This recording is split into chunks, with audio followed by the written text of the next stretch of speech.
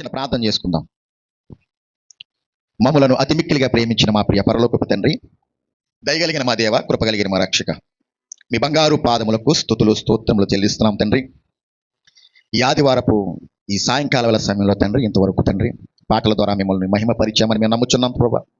ఇకను ముందుకు అల్పుడను అయోగ్యుడనైన నన్ను ఎన్నుకుని మీ పక్షాన నిలబడి మాట్లాడబోతుండగా ప్రభా, మీ ఆత్మ సహాయంతో ఈరోజు నేర్చుకోబోతున్న పాఠం ద్వారా మేమందరము తండ్రి మీకు ప్రియమైన వారిగా, నమ్మకమైన వారిగా, ఒకవేళ ఉండలేని స్థితిలో మేము ఉన్నట్లయితే తండ్రి, ఈ వర్తమానం ద్వారా మమ్మల్ని మేము మార్చుకోవడానికి మాకు అవకాశాన్ని దయచేయమని ప్రాధేయపడుతున్నాను ప్రభా. మా ఎడల ఎవరైనా సరే నొచ్చుకున్నట్లయితే, మేము ఎవరినైనా బాధించినట్లయితే వారిని బట్టి మమ్మల్ని క్షమించండి తండ్రి. ప్రభా, నీ పక్షాన నిలబడి మీ కుమారుని గూర్చిన అనేక విషయాలను మేము నేర్చుకోబోతుండగా సమయోచితమైన జ్ఞానమును నాకు దయచేయండి. మరి ముఖ్యంగా ధైర్యమును, ఓర్పును, సహనమును మాకందరికీ దయచేయమని వేడుకొనుచు మీ నామానికి మహిమ తెచ్చుకోమని, మా కొరకు త్వరలో రానటువంటి మా అందరి రక్షకుడు, ప్రపంచ రక్షకుడైన యేసుక్రీస్తు వారి అతి పరిశుద్ధమైన నామంలో ఈ ప్రార్థనా విన్నపములు అడిగి వేడుకొనుచున్నాం పరమ తండ్రి, ఆమేన్. ప్రభునందు ప్రియమైన దేవుని వారలారా, మరొక్కసారి ఇంతటి చక్కటి అవకాశాన్ని దేవుడు దయచేసిన పరలోకపు దేవునికి, మన ఆత్మల రక్షకుడైన యేసుక్రీస్తు ప్రభుల వారి పేరట నా కృతజ్ఞతాస్తుతులు చెల్లిస్తున్నాను. సమస్త ఘనత, మహిమ, ప్రభావం దేవునికే చెల్లునుగాక, ఆమేన్. ఈరోజు మనం నేర్చుకోబోతున్న పాఠం విధేయత. ఏంటంటే విధేయత. విధేయత అంటే మనకేమైనా అర్థం తెలుసా? విధేయత అనేది ప్రతి మానవులో, ప్రతి మనిషిలో ఒక భాగముగా ఉంటేనే ఆ వ్యక్తికి గౌరవము అనేది వస్తుంది. ఏంటంటే విధేయత కలిగిన మనిషికి ఏమొస్తుందంట? ఈ సమాజం గౌరవిస్తుంది. విధేయత అంటే ఒబీడియన్స్. ఏంటంట? ఒబీడియన్స్ అంటే అణకువ. ఏంటంటే అణకువగా. అంటే ఇక్కడ చిన్నపిల్లలు ఉన్నారు, వాళ్ళు చూడండి, ఒకసారి ఆలోచన చేయండి, ఎంత ఒబీడియన్స్గా ఉన్నారు. వాళ్ళు ఎవరున్నారు ఒబీడియన్స్గా? వాళ్ళిద్దరు కనపడుతున్నారు. ఎవరిని ఇబ్బంది పెట్టకుండా, ఎవరిని వాళ్ళు ఇంకా పక్కోళ్ళకి ఇబ్బంది లేకుండా వాళ్ళు ఏం చేస్తున్నారు? సైలెంట్గా ఉన్నారు. ఒబీడియన్స్ అంటే ఇతరులను ఇబ్బంది పరచకుండా ఉండడమే ఒబీడియన్స్. అంటే తగ్గింపు కలిగిన జీవితం. ఇంకోటి మర్యాద, ఎదుటి వారి పట్ల ఉండే మర్యాద. అలాగే ఎవరైనా సరే తమ స్థాయిని మించిన వారు ఎవరైనా సరే, అంటే వయసులో పెద్దవారు ఎవరైనా కనిపించారనుకోండి, వారిని గౌరవించడం విధేయత. ఇలా చూడగలిగితే చాలా సందర్భాలు. కనుక మీకు ఒక ఎగ్జాంపుల్ చెప్తాను. మనం పిల్లల్ని స్కూల్లో జాయిన్ చేస్తాం కదా. ఎందుకు జాయిన్ చేస్తాం? చాలామంది ఒక విషయాన్ని ఆలోచించాలి. ఈరోజు ఈ సాయంకాలం వస్తారు, తమ పిల్లల్ని స్కూల్లో ఎందుకు వేస్తున్నారా అని ప్రశ్నించామనుకోండి, ఏమంటారు తెలుసా? ఏమో వారిని కన్నాము కనుక వాళ్ళని చదివించాలి. చదివి ఏం చేస్తారు? వాళ్ళు ప్రయోజకులయ్యి రేపటి దినాన మమ్మల్ని వాళ్ళు బాగా చూసుకుంటారు. అవునా కదా?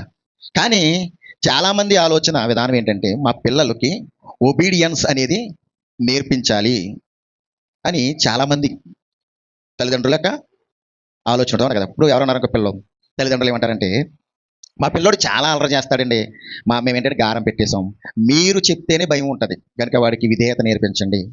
అల్లరి ఎక్కువైపోతుంది, మా పిల్లోడు అల్లరి లేకుండా చేయండి. ఎవరైనా పెద్దలు వచ్చారు అనుకోండి, వాళ్ళని గౌరవంగా పలకరించడం. కనుక వాళ్ళకి ఏం కావాలి? ఒబీడియన్స్. అంటే చిన్నపిల్లల కాడి నుంచి పెద్దవాళ్ళు ప్రతి ఒక్కరికి కావాల్సింది ఏంటంటే ఒబీడియన్స్. చిన్న వయసు వారు పెద్ద వయసు వారిని చూసి అణకువ కలిగి మర్యాదను చూపించడమే విధేయత. మనకి ఇలా విధేయత మనం చూడగలిగితే బైబిల్లో అనేకమైన సందర్భాలు ఉంటాయి విధేయత గురించి. మనం ఒక సందర్భాన్ని మాట్లాడుకోగలిగితే అబ్రహాము గారి జీవితం.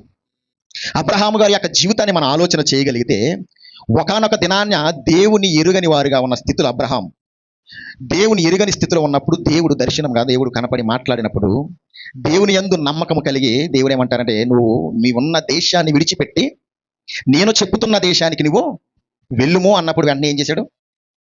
ఎందుకు వెళ్ళాలి ప్రభువా? వెళ్తే నాకేంటి ప్రభా అన్నాడా? మాట చెప్పకుండా ఏం చేశాడు? విన్నాడు. విన్న వెంటనే ఏం చేశాడు? ఆయన వెళ్ళటం జరిగింది. వెళ్ళిన తర్వాత ఒకానొక దినాన దేవుడు వారిని దర్శించడానికి, ఎవరిని? అబ్రహాముని, షారాను దర్శించడానికి వచ్చినప్పుడు మీకు వచ్చే మీదటి కాలంలో మీకు ఒక కుమారుడు పుట్టబోతున్నాడు అని ఆయన వాగ్దానం చేసినప్పుడు అబ్రహాము దాన్ని నమ్మాడు. నమ్మిన విధంగానే కుమారుడు ఇస్సాకును కనడం. అంటే అబ్రహాము గారి యొక్క విధానాన్ని, వారి జీవిత విధానాన్ని చూడగలిగితే, దేవుని వాక్యము ఈ విధంగా ఇంత జ్ఞానము కలిగిన దినాల్లో కాకుండా అజ్ఞానపు దినాలు అన్నది బైబిల్.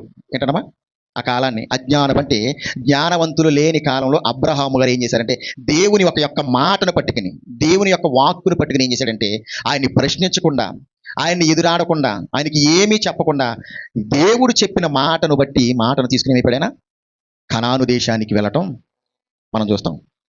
ఆయన ప్రయాణమై కనాను దేశంలో, వాగ్దాన దేశంలో చూస్తాం. అది ఆది కాండం 12వ అధ్యాయం ప్రారంభం నుంచి చూడగలిగితే మనకు అర్థమవుతుంది. చదువుతారంటే చూడండి, ఆది కాండము 12వ అధ్యాయం కొన్ని మాటలు మనం చూడండి, చదువుదాం. ఎందుకంటే వాక్యం ఖచ్చితంగా మనకు తెలియాలి కదా. నేను ఏదో చెప్పుకుంటే వెళ్ళిపోతే సరిపోదుగా. యెహోవా నీవు లేచి నీ దేశము నుండి, నీ బంధువుల యొద్ద నుండి, నీ తండ్రి ఇంట నుండి బయలుదేరి నేను నీకు చూపించు దేశంలోకి వెళ్ళుము. ఏం చేస్తాను? నేను చూపించే దేశానికి నువ్వు వెళ్తే నేను ఏం చేస్తాను? నిన్ను గొప్ప జనముగా చేసి నిన్ను ఆశీర్వదించి నీ నామమును గొప్ప చేయుదును. నీవు ఆశీర్వాదముగా ఉందువు. నిన్ను ఆశీర్వదించి వారిని ఆశీర్వదించెదను, నిన్ను దూషించు వారిని శపించెదను. భూమి యొక్క సమస్త వంశములు నీ యందు ఆశీర్వదింపబడినని అబ్రహాముతో అనగా, యెహోవా అతనితో చెప్పిన ప్రకారము అబ్రహాము వెళ్ళెను.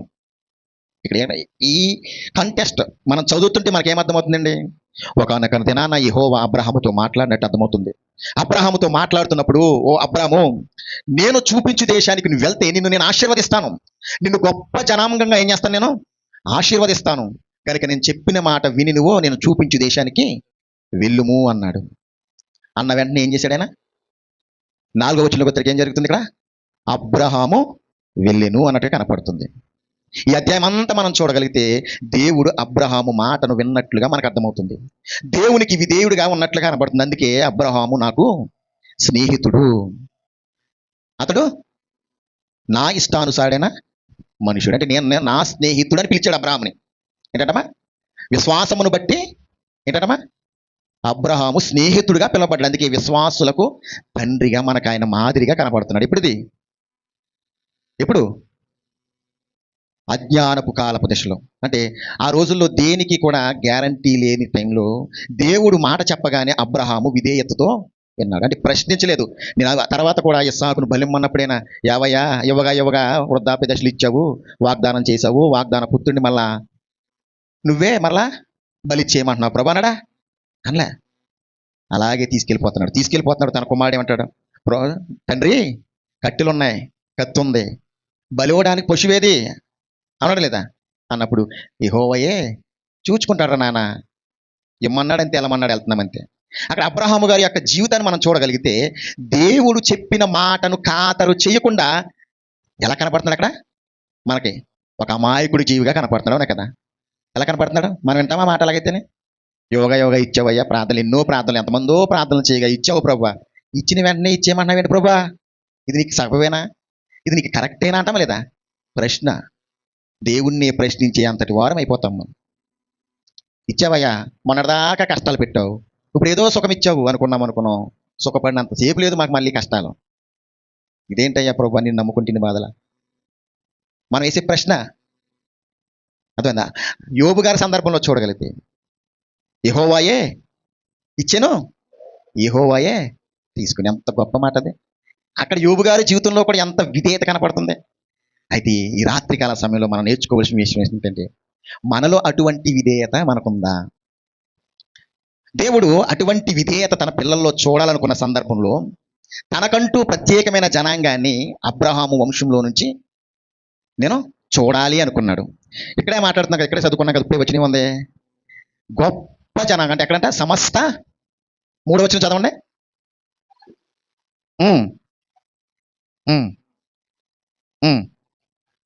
ఆ భూమి యొక్క సమస్త వంశములు నీ యందు ఆశీర్వదించబడినంట. ఏంటంటే అక్కడ వాగ్దానం ఇచ్చాడు ఏంటంట? నీ కుటుంబాన్ని నేను ప్రత్యేకిస్తాను, ఆ ప్రత్యేకించబడిన వారిని చూపించి సమాజం బట్టి నేను చేస్తాను, నేను ఘనపరుచుకుంటాను, నా గొప్పతనాన్ని, నా ఔన్నత్యాన్ని నేను చాటుకుంటాను అనుకున్నాడు దేవుడు. అనుకున్న తరువుగానే ఇశ్రాయేలుగా జనాంగంగా ఆయన ప్రత్యేకించడం కదా. ఇశ్రాయేలు జనాంగంగా ప్రత్యేకించబడిన వారి తర్వాత వారు చేయుచున్న క్రియలు చూడండి. మోషే అనే ఒక ప్రవక్తను ఎన్నుకోవడం జరిగింది. ప్రవక్తను ఎన్నుకున్న తర్వాత మోషే గారి జీవితాన్ని మనం చూడగలిగితే, ఆ ఇశ్రాయేలు జనాంగము ఐగుప్తు బానిసత్వ జీవితంలో ఉన్నప్పుడు దేవుడు కొంతకాలం ఆ ఇశ్రాయేలు జనాంగాన్ని అన్య జాతి యొక్క శత్రు రాజ్యంలోనికి వారిని బానిసలుగా పంపించేసిన తర్వాత మోషేని ఎన్నుకోవడం జరిగింది. మోషే ద్వారా అనేకమైన సూచక్రియలు చేసి ఆ ఇశ్రాయేలు జనాంగాన్ని ఐగుప్తు బానిసత్వం నుండి రక్షించడం వారందరూ కూడా చూశారు, అవునా కదా? చూసిన జనాంగం యొక్క జీవితం ఎలాగుందంటే, మరలా దేవుణ్ణి ప్రశ్నించేవారిగా ఉన్నారు. ఏంటమ్మా? మరలా దేవుణ్ణి ప్రశ్నించేవారు. ఇప్పుడు విధేయత అనేది వారిలో కనబడుతుందా అని మనం ఆలోచన చేయగలిగితే, అసలు ఈ విధేయత మనలో ఎలా సంతరించుకోవాలి? క్రైస్తవుడిగా లేకపోతే సమాజంలో జీవిస్తున్న మన వారిగా ఉన్న మనము విధేయత అనేది ఎలా ఉండాలి? ఇప్పుడు మనం అందరం కూడా ఒక విషయం చెప్తున్నాం. ఎగ్జాంపుల్, ఇప్పుడు ఎవరికైనా ఇందులో జ్వరం వచ్చింది అనుకుందాం, లేకపోతే ఏదైనా వ్యాధి వచ్చింది అనుకుందాం. వ్యాధి వచ్చిన వాడు ఎక్కడికి వెళ్తాడు? డాక్టర్ దగ్గరికి వెళ్తాడు. డాక్టర్ గారి దగ్గరికి ఎక్కడికి వెళ్తాం? పలానా వ్యాధి, ఇప్పుడు ఏ వ్యాధి అనుకుందాం? జ్వరమే అనుకుందాం సింపుల్గా. జ్వరం అనే వ్యాధి ఎవరికైనా వచ్చింది అనుకోండి, వారు ఎక్కడికి వెళ్తారు? ఆ జ్వరాన్ని తగ్గించే డాక్టర్ దగ్గరికి వెళ్ళినప్పుడు ఆ డాక్టర్ ఎన్ని మందులు రాసినా, ఎన్ని ఇంజక్షన్లు రాసినా ఏం చేస్తాం? వేసుకుంటామా, అడుగుతామా? డాక్టర్ గారు ఏంటండి ఇన్ని ఇంజక్షన్లు రాశారు, ఏంటండి ఇన్ని మందులు రాశారు ఏంటంటే అంటామా? అనకుండా ఏం చేస్తాం? ఆ డాక్టర్ ఇచ్చిన మందును కానీ, ఆ డాక్టర్ ఇచ్చిన ఇంజక్షన్ కానీ నమ్మకంగా ఏం చేస్తాం? వాడతాం. ఒకవేళ నేనే ఉన్నాను, ఒరే డాక్టర్ వద్దు ఏమొద్దుగా, నాకు ఇంజక్షన్ చేయడం వచ్చు, అంటే నాకు ఇంజక్షన్ చేయడం వచ్చు, నువ్వు పలానా రాసిస్తాను వెళ్ళి తెచ్చేసుకుని నేను చేసేస్తాను అంటే నువ్వు ఒప్పుకుంటావా? ఒప్పుకోం. ఎందుకు ఒప్పుకోమండి? ఎందుకు ఒప్పుకోం? వాడు డాక్టర్ చదువు చదవలేదు కనుక, వాడికి ఇంజక్షన్ చేయటం వచ్చో రాదో తెలీదు, వాడు ప్రాక్టీస్ చేస్తానో తెలియదు, వాడు చదివింది వేరు, వీడు చేస్తానన్న పని వేరు. అదే డాక్టర్ మీద ఉన్న నమ్మకం డాక్టర్ చదవని వాడి మీద చదువు ఉంటుందా? ఉండదు. చదివిన వ్యక్తి డాక్టర్ యందు ఎలాగైతే విశ్వాసంతో ఉంటామో అంత ఖచ్చితమైన నమ్మకంతోనే మనం దేవుని యందు విధేయత కలిగి ఉండాలి కదా.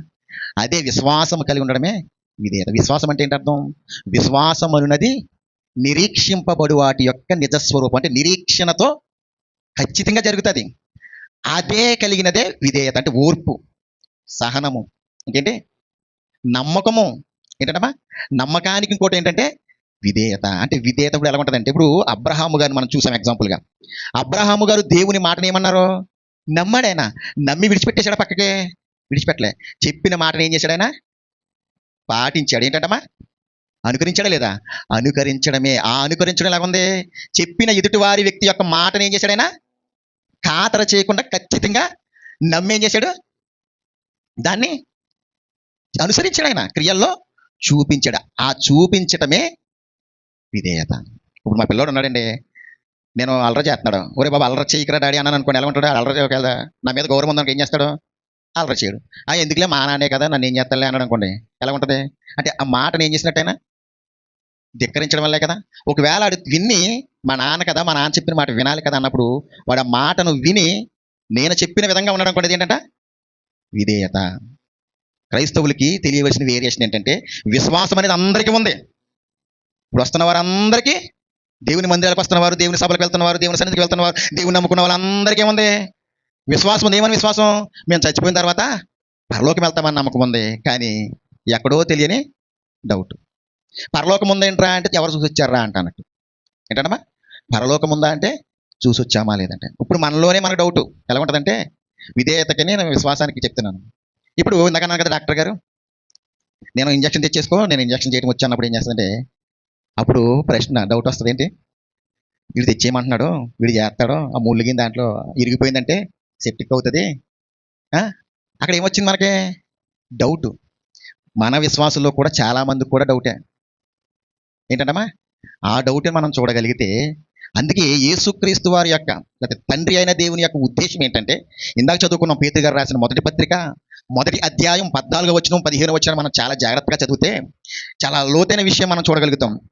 దేవుని యొక్క ఉద్దేశాన్ని మనం చూడగలిగితే, విశ్వాసము అనేది ఎక్కడి వరకు ఉండాలంటే అలా అన్నాడంటే, ఆయన పేతురు గారు రాసిన మొదటి పత్రిక 1వ అధ్యాయము 14వ వచనాన్ని చాలా జాగ్రత్తగా అపోస్తుడైన పేతురు గారి ద్వారా సంఘానికి తెలియజేస్తే ఏమంటే, నేను పరిశుద్ధుడను.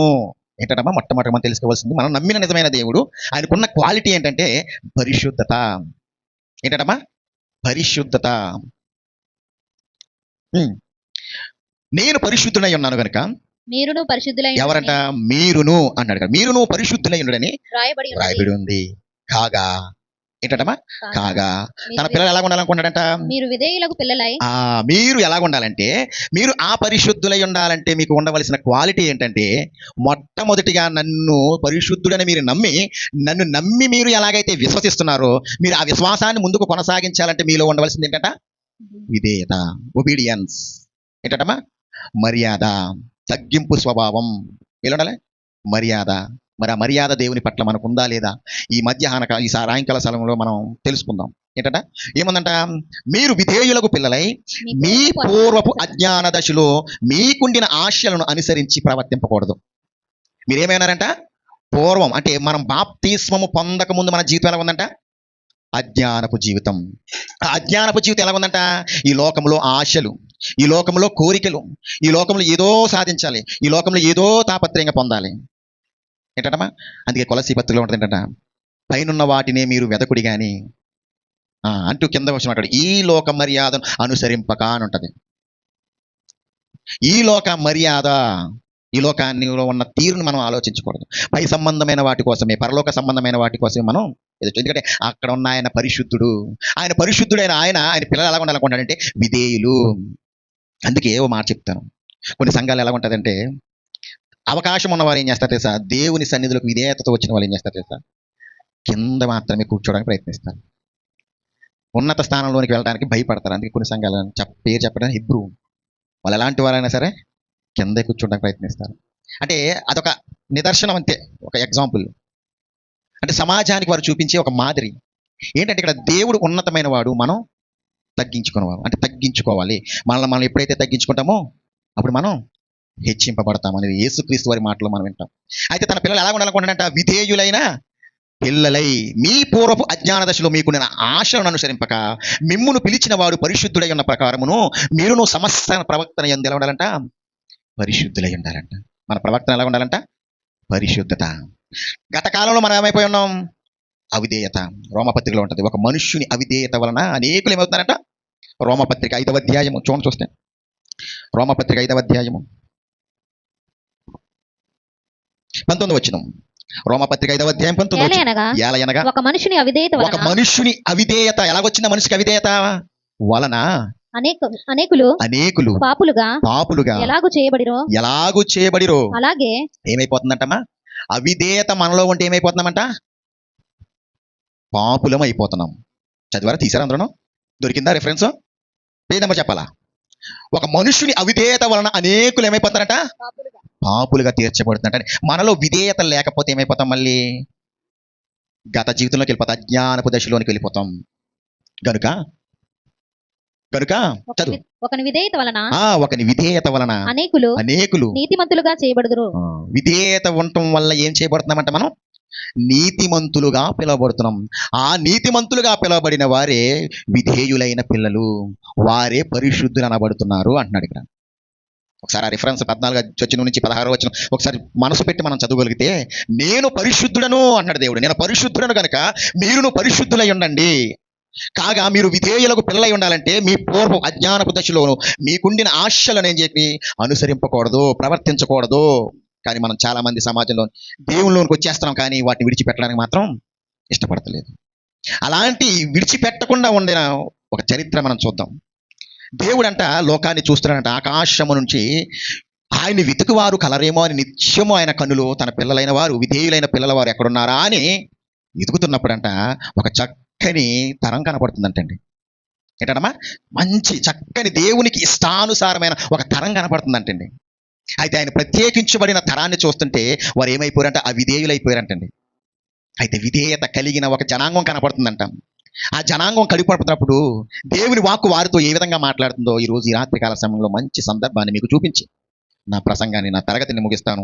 ఇర్మియా గ్రంథము 35వ గ్రంథము, ఇర్మియా 35వ గ్రంథాన్ని మనం చూడగలిగితే ఇక్కడ ఒక తరం వారు కనపడతారు. సుమారు యేసుక్రీస్తు వారు పుట్టక ముందు 600 సంవత్సరాల క్రితం జరిగిన సందర్భం, చరిత్ర. ఇది ఖచ్చితంగా జరిగిన చరిత్ర.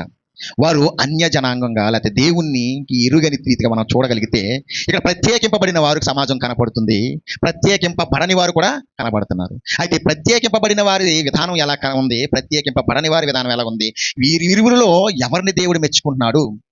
ఈరోజు అనేక మంది క్రైస్తవులు ఉన్నారు. ఎక్కడ ప్రపంచ దేశాలు మనం చూడగలిగితే క్రైస్తవులు ఎంతమంది ఉన్నారంట? సుమారు 800 కోట్ల పైచిలుకే ఉన్నారంట. ఏంటంటే 800 కోట్ల పైచిలుకి ఆనాడు ఇశ్రాయేలు జనాంగాన్ని చూస్తుంటే దేవుడు 6 లక్షల కాలిబలాన్ని మనం అనుకుంటే నేటి సమాజం చూడగలిగితే క్రైస్తవ సమాజం 800 కోట్ల జనాంగం కనబడుతుంది ప్రియులారా. కనబడుతున్న ప్రియుల్లో విధేయులైన పిల్లలు ఎలాగ ఉన్నారు, అవిధేయులైన పిల్లవాళ్ళు ఎలాగ ఉన్నారు అని పరలోకం నుండి ఏం చేస్తారంట ఆయన పరిశీలిస్తూ చూస్తున్నాడంట. ఇది క్రీస్తు పూర్వం 600 సంవత్సరాల క్రితం దేవుని యొక్క పరిశీలనలో కనపడుతున్న తరంలో ఆనాడు ఇర్మియా ప్రవక్త గారి కాలం అది. ఇర్మియా ప్రవక్త గారి కాలంలో జరిగిన సందర్భం మనం ఒకసారి ఆలోచన చేయగలిగితే మొదటి వచనం నుంచి కొన్ని వచనాలు నేను చదువుతాను, చూడండి, చాలా జాగ్రత్తగా స్పీడ్గా వెళ్తాను. ఇక్కడ ఎవరు కనపడతారంటే, ఏ తరం వారు కనపడతారంటే, యోషియా కుమారుడును యోధా రాజునైన యెహోయాకీము దినములలో యెహోవా యొద్ద నుండి ఇర్మియాకు వాక్యం ప్రత్యక్షమై. ఏంటంటమ్మా ఇప్పుడంటది? యూదులను పరిపాలిస్తున్న కాలంలో యెహోయాకీము అనే రాజు పరిపాలిస్తున్న కాలం అంట. ఏంటంటమ్మా యెహోయాకీం అంటే యూదుల చిట్ట చివరి 3వ రాజు. ఏంటంటే యూదులను పరిపాలిస్తున్న కాలంలో చిట్ట చివరి కాలం. ఈ చిట్ట చివరి 3 రాజ్యాలు అంటే 3 రాజ్యాలు పరిపాలిస్తున్నారు. ఈ యెహోయాకీము యొక్క సహోదరుడు కూడా పరిపాలిస్తున్నాడు. ఆ యెహోయాకీము యొక్క సహోదరుడు అంతకుముందు పరిపాలిస్తున్నప్పుడు ఫరో రాజు ఆ రాజుని పక్కన పెట్టేసి యెహోయాకీంకి ఆ యూదులను పరిపాలించడానికి, ఆ యెరూషలేం ప్రాంతాన్ని పరిపాలించడానికి ఇచ్చినప్పుడు జరిగిన సందర్భంలో తర్వాత కాలంలో రాజులు కనపడతారు, కానీ ఈ 4 రాజులు కూడా అవిధేయులుగానే కనపడతారు. దేవునికి అయిష్టంగానే వారి దుష్టక్రియల ద్వారా దేవునికి మంచివారిగా కనబడలేదు. అప్పటికే వారు ఎక్కడికి వెళ్ళిపోయారు? చెరసాల్లోనికి వెళ్ళిపోయారు. శత్రు రాజ్యాల్లోనికి, చెరసాల్లోనికి వెళ్ళిపోయిన కాలం ఇది. అప్పుడు యెహోవా తన హృదయంలో నొచ్చుకుని ఏం చేస్తున్నాడంటే వారికి ఒక మూల పాఠాన్ని, వాళ్ళకి ఒక పాఠాన్ని నేర్పించాలి, ఒక గుణపాఠాన్ని నేర్పించాలని ఈ ఇర్మియా ప్రవక్త ద్వారా తన పిల్లలకి ప్రకటిస్తున్నాడంట. ఏ విధంగా ప్రకటిస్తున్నారంటే చూడండి, ఈ యోషియా కుమారుడును యోధారాజునైన యెహోయాకీము దినములలో యెహోవా యొద్ద నుండి ఇర్మియాకు వాక్యము ప్రత్యక్షమై. ఇర్మియాతో అంటున్నాడంట దేవుడు, ఏమంటాడు? నీవు రేకాబీయుల యొద్దకు పోయి ఏంటంటమ్మా వారితో మాట్లాడు అంటున్నాడంట. ఎవరు కనబడుతున్నారండి ఇక్కడ? రేకాబీయులు. ఈ రేకాబీయులు ఎవరని మనం చూడగలిగితే మొదటి దినవృత్తాంతాల గ్రంథము 2వ అధ్యాయము 55వ వచనం. మొదటి దినవృత్తాంతాల గ్రంథము 2వ అధ్యాయము 55వ వచనం మనం చూడగలిగితే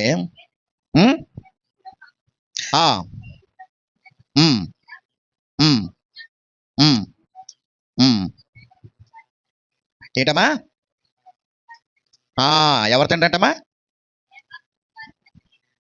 ఓకే అంటట. వీళ్ళు ఎవరంట? రేకాబు ఇంటి వారికి తండ్రి అయిన హమాతు వలన పుట్టిన కేనీయుల సంబంధులు. కేనీయులు అంటే కనానీ. ఈ రేకాబీలు అనేవారు ఎవరి సంతతంట? కనానీయుల వంశానికి చెందిన వారంట.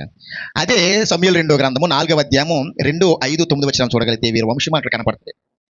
వీరు ఎవరి దగ్గర పనిచేసేవారుగా కనపడుతుంటే సమూయేలు 2వ గ్రంథము 4వ అధ్యాయం 2వ వచనం చదవండి. సౌలు కుమారునికి ఎవరన్నారంట? సైన్యాధిపతులు ఉన్నారంట. వాళ్ళు ఎవరంట? వారు ఒకని పేరు బయానా.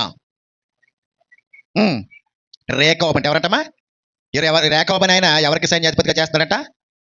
సౌలు కుమారునికి చేస్తాడంట. అంటే ఇశ్రాయేలు రాజ్యములో ఎక్కడ ఈ రేకాబు అనే వ్యక్తి ఎప్పటివాడు? సౌలు కాలానికి చెందినవాడు. ఇప్పుడు వచ్చే ఇర్మియా గ్రంథం 35కి వచ్చేస్తే వారి యొక్క వంశావళి మనం చూడగలిగితే ఎవరి వారికి? ఇశ్రాయేలుకి సేవ చేసేవారు. మీకు అర్థమవుతుందా? ఇశ్రాయేలుకి సేవ చేసేవారి యొక్క వంశకులు.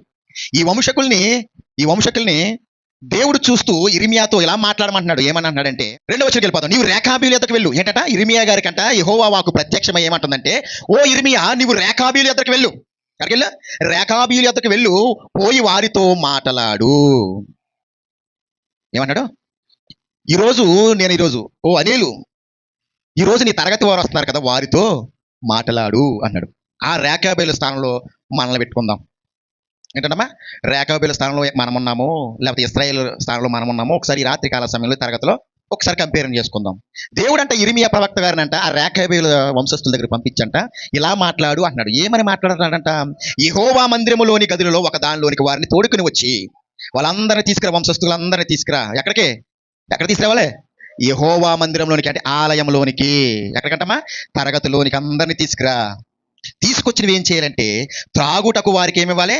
ద్రాక్షారసం నిమ్మని సెలవీయగా. దేవుడు సెలవిచ్చాడంట ఇర్మియా గారికి ఏమని? ఇదిగో ఇవి రేఖాబీలు ఉన్నారు కదా, వాళ్ళందరిని కూడా నా సన్నిధికి తోడుకునిరా. తోడుకుని వచ్చి వారితో ఏమిటంటే ద్రాక్షారసాన్ని ఇవ్వి అన్నాడు. ఎవరు అంటున్నారండి అక్కడ? దేవుడు గొప్ప ప్రవక్తగా పిలువబడుతున్న ఇర్మియా గారు. ఎవరంటమా? పెద్ద ప్రవక్త. ఈ పెద్ద ప్రవక్తను పిలిచినప్పుడు అంటే పెద్ద ప్రవక్త ద్వారా దేవుడు మాట్లాడుతున్న మాట ఏంటంటే, మరి ఆ మాట వినాలా వద్దా? ఒక ప్రవక్తే, ఒక పెద్ద పాస్టర్ గారే మాట్లాడుతున్నప్పుడు వాళ్ళు ఏం చేయాలి? వినాలా లేదా? వాళ్ళు ఏమంటున్నారు చూడండి.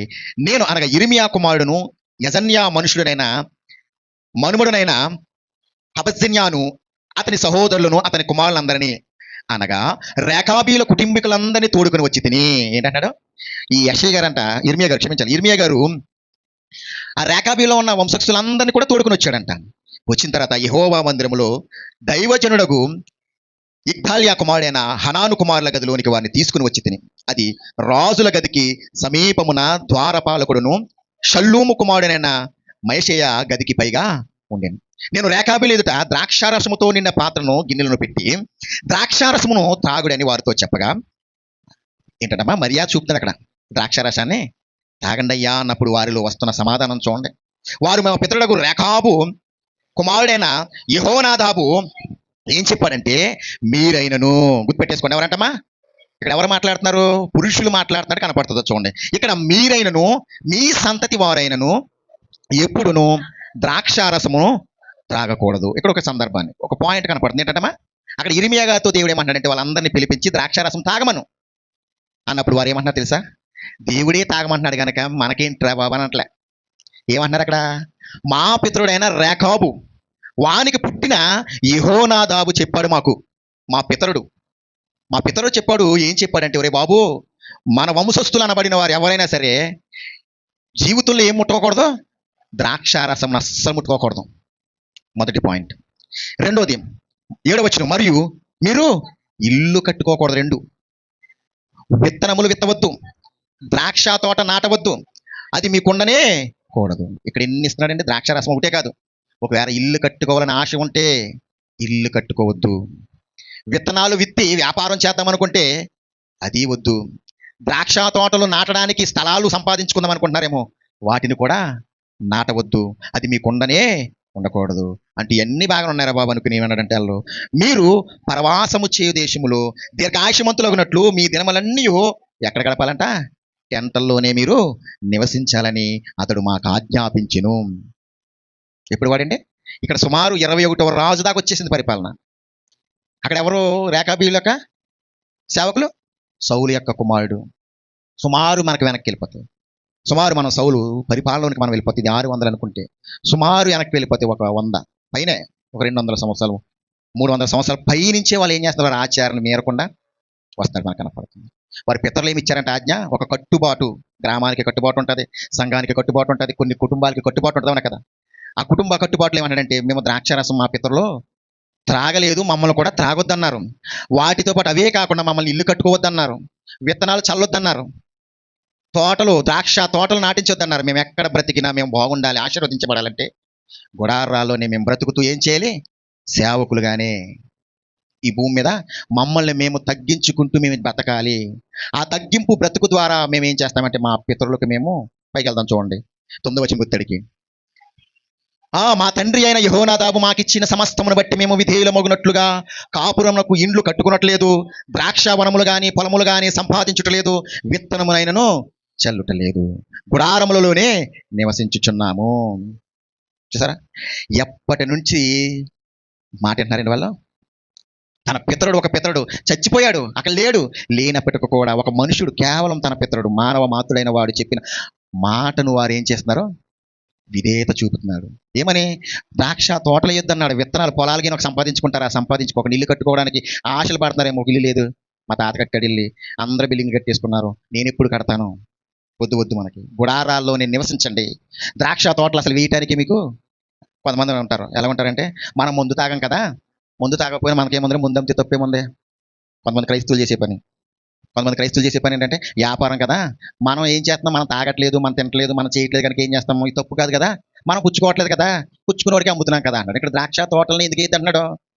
ద్రాక్ష తోటల వల్ల ఏం చేస్తున్నాం? సమాజాన్ని మనం వేయటం వల్లే కదా. అవతల వాడు ఏం చేస్తున్నాడు? త్రాగుతున్నాడు. వాడు వేయకుండా ఉన్నాడంటే త్రాగడు, అవునా కదా. ఒకవేళ వేసిన వాడు ఏం చేస్తాడు? మనం వేసుకున్నాం కనుక మనం కూడా కొంత దాచుకుందాం అనుకుంటా లేదా? కానీ ఇక్కడ ఖచ్చితంగా ఏం చెప్తారంటే మీరు ద్రాక్షను తాకూడదు, ద్రాక్ష తోటలు నాటించుకోకూడదు, ఇల్లు కట్టుకోకూడదు. చూసారు ఎంత గొప్ప ఆజ్ఞ. ఏంటంట? వాటిని పాటించడం వల్ల, ఆ మాటను వినటం వల్ల వారు ఏం చేస్తారంట? మా పితరుడైన యెహోనాదాబుని మేము విధేయులమవుతున్నాం. ఇప్పుడు చదవం 9వ వచనం మళ్ళీ, మా తండ్రి అయిన యెహోనాదాబు మాకు ఆజ్ఞాపించిన సమస్తమును బట్టి, ఆయన చెప్పిన మాటను మేము తూచా తప్పకుండా పాటిస్తున్నాను బట్టి మేము ఎలాగున్నామంటే విధేయులమగునట్లుగా కాపురమునకు ఇండ్లు కట్టుకోవట్లేదంట. కాపురాలకి ఇల్లు లేవు, గుడారాలని ఉన్నాం కదా అని ఒక ఇల్లు కట్టుకుంటే మేము అందరం ఒక ఇంట్లో కలిసి ఉండొచ్చు కదా అనే ఆలోచన లేకుండా ఇల్లు కట్టుకోవట్లేదు. ద్రాక్ష వనములు కానీ పొనములు కానీ పొలాలు కానీ ఏం చేస్తున్నాం? మేము సంపాదించుకోవటం లేదు. విత్తనమైనను చల్లటి పొలాలు కూడా వాళ్ళు కౌలుగా తీసుకుని కానీ కొనుక్కుని కానీ చేయట్లేదంట. వారు కేవలం అక్కడ మనం ఈ మాట బట్టి చూడగలిగితే పనికి మాత్రమే వెళ్తున్నట్లుగా మనకు కనపడుతుంది. 11వ వచనం వచ్చేటికి 10వ వచనం, గుడారములలోనే నివసించుచున్నాం. అయితే బబులోను రాజైన నెబుకద్నెజరు ఆ దేశములో ప్రవేశింపగా కల్దీల దండునకును సిరియన్ల దండునకు భయపడి మనం యెరూషలేమునకు పోదాము రండి అని మేము చెప్పుకుంటే కనుక మేము యెరూషలేములో కాపురం ఉన్నామని చెప్పారు. ఎందుకున్నారంటమ్మా? శత్రు రాజ్యాలకు భయపడి వారు ఏం చేస్తారంట? యెరూషలేములోనే కాపురం ఉన్నారంట. అయితే చూడండి, ఇలా ఎవరంట? రేకాబీల యొక్క వంశానికి చెందిన యెహోనాదాబు చెప్పిన మాటను తన పిల్లలలాగా చేస్తున్నారంట. తూచా తప్పకుండా పాటించడం ద్వారా వారి జీవితాలు ఉన్నాయి విధేయత. అంటే ఇక్కడ దేవుడైన యెహోవాయే ఇర్మియా ప్రవక్త ద్వారా పలికించినప్పటికీ కూడా తన పితరులు చెప్పిన మాటను ఏం చేస్తున్నారు? వాళ్ళు ఖాతరు చేయట్లేదు. ఇప్పుడు మనమే ఉంటామండి, మా నాన్న ఉన్నారు అనుకోండి, మా తాత ఉన్నాడు అనుకోండి, ఒరే బాబా నేను ఇల్లు కట్టుకున్నా, లేకపోతే పొలాలు సంపాదించాను రా, అవి నేను బ్రతుకుండగా కానీ మీ జీవితంలో కానీ ఎప్పుడు కూడా అమ్మకండి రా బాబా అన్నాడు అనుకోండి. లేకపోతే నేను ఇల్లు కట్టాను ఎన్నో సంవత్సరాలు రా, ఎన్నో పునాదులు వేసి ఎక్కడికో పునాదులు వేసి కట్టాను రా, ఇల్లుని మట్టికి తీయకండి రా అన్నాడు అనుకోండి. చచ్చిపోయిన వెంటనే ఎవడు పెద్దడు మా తాత చెప్పారా, అందరూ పెద్ద పెద్ద బిల్డింగ్ కట్టుకున్నారు, లేకపోతే అందరూ సరదాగా పొలాలు అమ్ముకుని లగ్జరీగా బతుకుతున్నారు. ఉన్నాడా? చూసాడా చెందాడా అని ఏం చేస్తాం మనం? మన తల్లిదండ్రుల మాటనే. కానీ ఇక్కడ రేకాబీలు మనం చూడగలిగితే తన పితరులు ఎవరో వారికి తెలియదు, వారు చూసుంటారో తెలియదు. కానీ రేకాబు అనే పేరు నామాన్ని దేవుడు ఎంత గొప్పగా రాయించాడు ఇక్కడ. ఏంటంటే ఎంత గొప్పగా రాయించాడు చూడండి. అంటూ విధేయత ఎలా కలిగి ఉన్నారు అని చూపిస్తూ ఆయన బాధను వ్యక్తపరుస్తూ ఇక్కడ 13వ వచనం వచ్చేటికి చూడండి, ప్రత్యేకింపబడిన వారుగా పిలువబడుతున్న వారు, ప్రత్యేకింపబడిన వారుగా తన సన్నిధిలో చేర్చబడిన వారు, లోకములకు వేరై బ్రతకమన్న వారు, వారి విషయాల్లో మనం చూడగలిగితే ఆయన ఎంత బాధను వ్యక్తపరుస్తున్నట్టు కనపడుతుందో చూడండి. 13వ వచనం, నీవు వెళ్ళి యూదా వారికి నీ యెరూషలేము నివాసులకును నీ పాట ప్రకటింపుము, చెప్పు, ఇదిగో రేకాబీలు ఎలాగున్నారు, తమ పితరుడైన యెహోనాదాబు యొక్క మాట వింటున్నారు. విని ఏం చేస్తారంటే ద్రాక్ష రసము తాగలేదు, ఇల్లు కట్టుకోలేదు, విత్తనాలు చల్లలేదు, ద్రాక్ష తోటలు నాటలేదు, గుడారాల్లోనే ఉంటున్నారు వాళ్ళు. చెప్పు వెళ్ళి. కానీ వారిని నేను ఏం చేస్తున్నాను? పగలు అగ్నిస్తంభం నుంచి, రాత్రి ఏంటంటే పగలు మేఘస్తంభం నుంచి, రాత్రి అగ్నిస్తంభం నుంచి వారిని బట్ట మాయకుండా ఆకాశము నుండి నేను ఆహారాన్ని కురిపించి వారిని నేను పోషించాను. అయినప్పటికీ కూడా వారి జీవితాలు ఎలా నేను చూడగలిగితే 13వ వచనం కంటిన్యూ చేస్తే, యెహోవాకు ఇదే మీరు శిక్షకు లోబడి నా మాటను ఆలకింపరా. బుద్ధి చెప్తున్నాడు చూడండి, చెప్తూనే వస్తున్నాడంటే. ఇర్మియా గ్రంథం అంతా చూడగలిగితే యెహోవా యొక్క ఆవేదనే కనపడుతుందండి. చూస్తుంటే ఇక్కడ అంటాడంట, ఇర్మియా ప్రవక్త ద్వారా పలికిస్తున్న మాట ఏంటంటే నా మాటలను ఆలకింపరా, ఇదే యెహోవా వాక్కు. మీకు ఒక జనాంగాన్ని చూపిస్తున్నాను చూడండి, వాళ్ళని చూసి మారని రానట్టుగా కనపడుతుంది చూడండి. 14వ వచనం, ద్రాక్షారసము త్రాగవద్దని రేకాబు కుమారుడైన యెహోనాదాబు తమ కుమారులకు ఆజ్ఞాపించిన మాటలంట స్థిరముగా ఉన్నవి. ఎలాగనంటమ్మా? స్థిరంగా కనపడుతున్నాయంట. ఇదిగో రేకాబీలు ఉన్నారు, ఆ రేకాబీల వంశం నుంచి వచ్చిన యెహోనాదాబు అంట ఇలా రూల్స్ పెట్టాడంట వారి కుమారులకి. ఆ రూల్స్ ఎలా ఉన్నాయంటే చూడగలిగితే ఇర్మియా కాలానికి చూడగలిగితే స్థిరంగా కనపడుతున్నాయి. వారిని చూసి మీరు విధేయత నేర్చుకోండి రా బాబు అన్నట్టుగా మాట్లాడుతుంటే చదవండి కంటిన్యూస్గా, నేటి వరకు తమ పితరుని ఆజ్ఞకు విధేయులైన వారు. దేవుని నోట నుండి వస్తున్న మాట ఏంటంటమ్మా? విధేయులైన వారంట. ఏంటంటమ్మా? నేటి వరకు తమ పితరుని ఆజ్ఞకు విధేయులైన వారు, ద్రాక్ష రసము త్రాగకున్నారు. అయితే నేను పెందల కడ లేచి మీతో బహుశ్రద్ధగా మాటలాడినను మీరు నా మాట వినుకున్నారు. తండ్రి యొక్క ఆవేదన. ప్రత్యేకింపబడిన జనాంగం కనబడుతున్న యూదా జనాంగం, ఇశ్రాయేలు జనాంగంగా మీరు ప్రత్యేకింపబడ్డారు కదా. నేను అబ్రహాము దేవుడను, ఇస్సాకు దేవుడను, యాకోబు దేవుడను పిలుచుకుంటున్నానే. మీరు ప్రత్యేకింపబడిన వారే. నేను పెందల కడనే మీ పితరులతో నేను మాట్లాడాను. మీ పితరులతో అనేకమైన మాటలు మాట్లాడాను, మీకు ఎన్నో ఆజ్ఞలు ఇచ్చాను, వాటిని మీరు ఏం చేస్తున్నారంట? ఏం చేస్తున్నారంట? నా మాటను వినకున్నారు. ఏంటంట? వినటం లేదంట. దేవుడు మెచ్చుకుంటున్నాడు. ఇలా ఎన్ని మాటలు ఉన్నాయి, రాసుకుంటే చూడండి. ఇర్మియా గ్రంథం 29:18 కూడా చూడండి. ఇర్మియా గ్రంథం, ఇదే ఇర్మియా గ్రంథము 29:18 యెహోవా వాక్యదే. వారంటే ఎలా ఉన్నారంట? విననొల్లని వారుగా ఉన్నారంట. చాలు. ఇర్మియా గ్రంథం 7:26.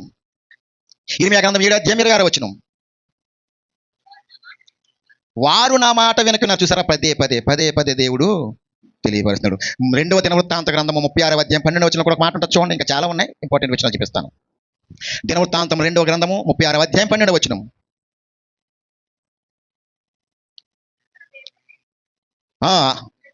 చెడు నడత నడుచుచు ఆయన నియమించిన ప్రవక్త అయిన ఇర్మియా మాట వింటలేదంటమ్మా. ఏంటంటమ్మా? ఈ ఇశ్రాయేలు ప్రవక్తను నియమించాడంట దేవుడు ఇర్మియాను. ఆయన మాటను ఎవరు కూడా వినట్లేదంట. అదే కీర్తన గ్రంథంలో 81వ కీర్తన 11వ ఇశ్రాయేలును ఉద్దేశించి కీర్తనకారుడు ఏ విధంగా రాస్తాడంటే కీర్తన గ్రంథము 81వ కీర్తన 11వ అయినను ఏంటంట? నా ప్రజలు అని పిలుస్తున్నాడు. దేవుడు ఏమని పిలుస్తాడంటే? నా ప్రజలు అన్నాడు. ఏమంటే నా ప్రజలు ఏం చేస్తారంట? నా మాటను ఆలకింపక పోయిరి. ఇశ్రాయేలీయులు నా మాట వినకపోయిరి. ఇప్పుడు చూడండి, రేకాబీలు జీవితాలు చూడండి. ప్రత్యేకింపబడిన వారిగా పిలవబడుతున్న ఇశ్రాయేలు యొక్క జీవితాలు చూడండి. ఇక్కడ మళ్ళీ ఒకసారి చదవండి. నా ప్రజలు అంటున్నాడు ఆయన, నా ఇశ్రాయేలీలు అంటున్నాడు. వారిని ఉద్దేశించి ఏమంటాడంటే, వారంట నా మాట వినట్లేదంట. మేము దేవుని పిల్లలం, మేము దేవుని జనాంగం, మేము ప్రత్యేకింపబడిన, మాకు తప్ప ఎవరికి ఇస్తాడు దేవుడు పరలోకం అనుకుంటున్నామేమో. కానీ దేవుడు ప్రత్యేకించబడాలి జనాంగాన్ని చూసి దేవుడు ఆనందిస్తున్నాడు. పిల్లరా, అదే సామెత గ్రంథము 1వ అధ్యాయం 24-25 మనం చూడగలిగితే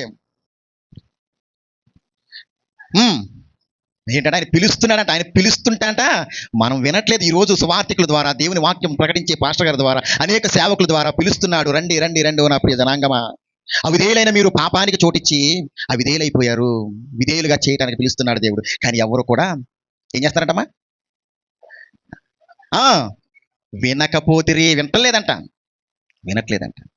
అలాంటి సందర్భంలో దేవుని మాటను ఖాతర చేసే జనాంగం రేకాబీల యొక్క జీవితాన్ని మనం చూడగలిగితే, ఎవరో తన పితరుడు, తెలియని పితరుడు, వాళ్ళ పితరుడు అతను ఎవరో తెలియని పితరుడు చెప్పిన ఆజ్ఞనంట రేకాబీలు తూచా తప్పకుండా పాటించుకుంటూ వస్తూ ఆ ఆజ్ఞను స్థిరపరిచారంట వారు. కానీ దేవుడు ప్రత్యేకించబడిన జనాంగం ఇశ్రాయేలును పిలవబడుతున్న వారంట ఆయన మాటను వినలేకపోతున్నారంట. ఆయన మాటను వినటం లేదంట. అయితే ఇదే సందర్భాన్ని మనం సౌలు గారి జీవితంలో చూడగలిగితే, అమాలేకుల మీద యుద్ధానికి వెళ్ళి నువ్వు అక్కడి నుంచి ఏది కూడా తీసుకురాకు అన్న సందర్భాన్ని మీ అందరికీ తెలుసు కనుక ఒక విషయం చూపిస్తాను అన్నప్పుడు, అప్పుడు దేవుడికి తెలియదు, హృదయ రహస్యాలు ఎరిగిన దేవుడికి తెలీదా? సౌలు అంటే అక్కడ ఉన్న అన్నింటిని కూడా తీసుకొచ్చాడంటే, బాగా బలిసిన వాటిని. అప్పుడంట ఎవరిని పంపించాడు? ఒక ప్రవక్తను పంపించాడు. ఎవరా ప్రవక్తమా? సమూయేలు ప్రవక్తను పంపించి సౌలు రాజుకు బుద్ధి చెప్పించి సౌలుని రాజుగా తీసివేసేసిన సందర్భం చూడండి. ఆ సందర్భాన్ని కూడా చదువుకోండి. 1 సమూయేలు గ్రంథము 15:22 చదవండి. దేవుడు ఎంతో గొప్పగా రాయిస్తాడు. ఈరోజు చూద్దాం మనం విధేయత ఎలా కనబడుతుంది, సంఘాల్లో మన విధేయత ఎలా చూపుతున్నాం. సమూయేలుగా రాసిన 1 గ్రంథము 1 సమూయేలు 15:22 అందుకు సమూయేలు తన సెలవిచ్చిన ఆజ్ఞను ఏంటటమా? అందుకు సమూయేలు తాను సెలవిచ్చిన, ఎవరు తానంటే యెహోవా దేవుడు ప్రత్యేకింపబడిన వారికి ఇస్తున్న మాటంట, తాను సెలవిచ్చిన ఆజ్ఞను ఏం చేయాలంట? ఒకడు గైకొనుట వలన ఏం చేస్తున్నాడంటే యెహోవా సంతోషిస్తున్నాడంట. ఇప్పుడు ఎవరిని చూసి సంతోషిస్తున్నాడు? ఎంతవరకు మనం చూసిన సందర్భంలో రేకాబీలను చూసి సంతోషిస్తున్నట్లు కనపడుతుంది. ఏంటమ్మా? తర్వాత మనం 14వ వచనంలో మనం చూసాం. ఇర్మియా గ్రంథం 35:14 చూస్తే ప్రత్యేకింపబడిన వారుగా కనపడుతున్న ఇశ్రాయేలును చూస్తుంటే ఆయన మాటను ఏం చేస్తారంట? విననొల్లని స్థితిలో ఉన్నారంట. అందుకే ఆయన ఏమన్నాడంట? నా మాటలను, నా ఆజ్ఞలను ఎవరైతే తూచా తప్పగా వింటారో వారి ఎడలంట యెహోవా సంతోషిస్తున్నాడంట. ఒకడు దహన బలులను అర్పించుట వలన ఆయన సంతోషించిన ఆలోచించము. ఒక్కసారి ఈ రాత్రికాల సమయంలో ఈ వర్తమానం ద్వారా ఒక్కసారి ప్రియ సంఘం ఆలోచించాలి. ఆలోచించి మనం ఏం చేయాలంటే, ఏమన్నాడు ఇక్కడ? బలులు అర్పించుట కంటే ఆజ్ఞను గైకొనుటయు, పొట్టేళ్ల క్రొవ్వును అర్పించుట కంటే మాట వినటము శ్రేష్టము. ప్రియ సంగమా, ఈ రాత్రికాల సమయంలో దేవునికి విధేయులుగా మనం ఉండాలంటే రేకాబీలు ఏం చేశారు?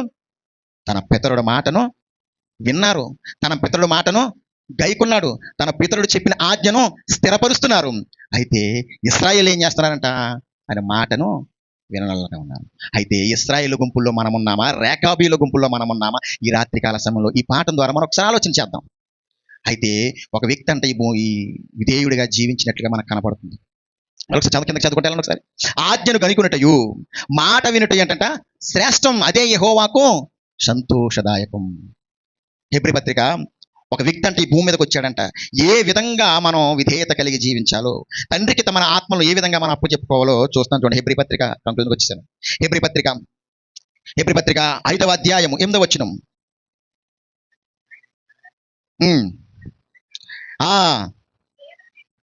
విధేయత నేర్చుకునేనంటే ఏంటంటమ్మా? హెబ్రీ పత్రిక 5వ అధ్యాయం 8వ వచనం కదా. ఆయన కుమారుడయుండియు తాను పొందిన శ్రమల వలన విధేయతను నేర్చుకోవాలంట సంఘం. చివరిగా అపోస్తుల కార్యములు 3వ అధ్యాయం 22వ వచనం మనం చూడగలిగితే, విధేయత కలిగిన వారిని దేవుడు ఏ విధంగా చూస్తాడు, విధేయత కలగకుండా అవిధేయతతో బతుకుతున్న వారిని ఏ విధంగా చూస్తాడో మనకి సమాజానికి తెలియపరుస్తున్న మాటలు. అపోస్తుల కార్యములు 3వ అధ్యాయము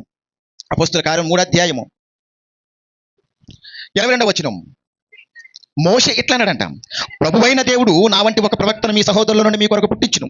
ఆయన మీతో ఏమి చెప్పినను అన్ని విషయములో మీరు ఆయన మాటను వినవలను. యేసుక్రీస్తు వారి భూమి మీదకి వచ్చారు. 33.5 సంవత్సరాలు జీవించారు. 3.5 సంవత్సరాలు సమాజానికి విస్తృతంగా తన ఆజ్ఞలను ప్రకటించుకుంటూ వెళ్ళాడు. ఏమన్నాడు?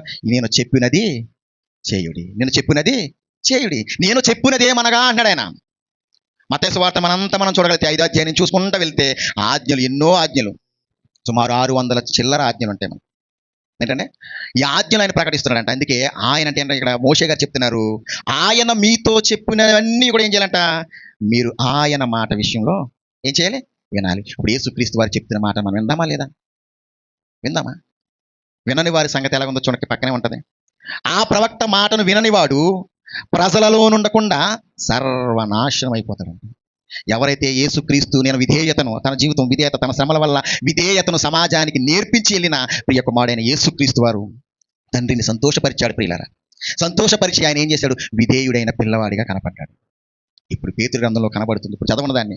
నేను పరిశుద్ధుడై ఉన్న ప్రకారమును మీరును పరిశుద్ధులై ఉండాలి, కాగా మీరు విధేయులైన పిల్లలై. ఇప్పుడు చెప్పండి, ఎలా ఉండాలి మనం? కేవలం నమ్మేసి వచ్చేసి కానుకేసేసి సౌలు వలె కానుకలు దేవునికి అర్పణలు ఇచ్చేసి వెళ్ళిపోదామా? అని మాటను విందామా? అని ఆజ్ఞలు గైకొందామా? రేకాబీలంట ఏం చేశారు? తన పితరుడు చెప్పిన మాటను ఏం చేశారంట? స్థిరపరిచారు. ఇశ్రాయేలు సమాజం ఏం చేసింది? ఆయన మాటను ఖాతర చేయటం వల్ల ఏం చేశారు? సుమారు 430 సంవత్సరములు ఐగుప్తు బానిసత్వంలో వారిని ఏం చేశాడు? సత్తు రాజ్యానికి అప్పగించేశాడు.